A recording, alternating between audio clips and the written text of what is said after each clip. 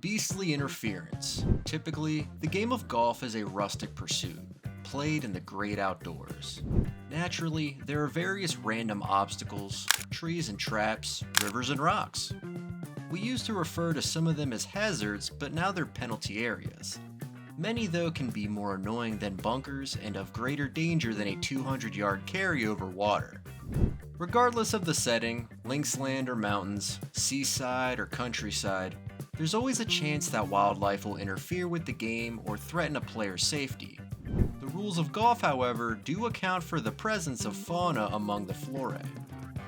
Under the R&A definition, any member of the animal kingdom, other than humans, including mammals, birds, reptiles, amphibians, and invertebrates, such as worms, insects, spiders, and even crustaceans, can be an outside influence, and rules are in place when they come into play. You can get relief from the hold of a burrowing animal, unless it's in a penalty area or if that animal is an insect or a worm, because, under the rules, those creatures are loose impediments. If a seagull or a fox takes off with your ball, believing it to be a tasty treat, you can replace it without penalty. When your ball comes to rest on an animal, you can drop a safe distance, not near the hole. In the American South, golf courses do often intersect with wetlands and waterways inhabited by alligators. The USGA accounts for this reptilian hazard with Rule 16.1, Relief for Dangerous Animal Condition. A free drop is permitted. There are times, though, when a new ball will be required because that Pro V1 is just not worth the risk to life and limb. Some players are just a little braver than others, or they may just be a little more comfortable around the toothy carnivores.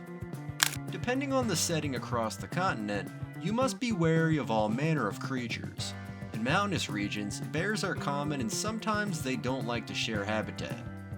Even when they might appear playful, it's not a good idea to have them fill out your foursome. Deer can be an enjoyable sight on the course, but their larger and more aggressive cousins, like elk or moose, aren't so adorable.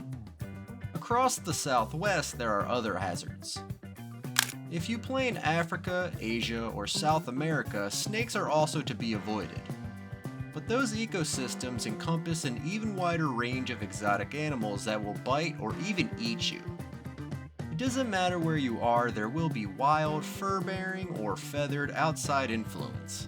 Even in densely populated urban areas, coyotes are now frequently seen hunting the birds and squirrels on the fairways and in the rough.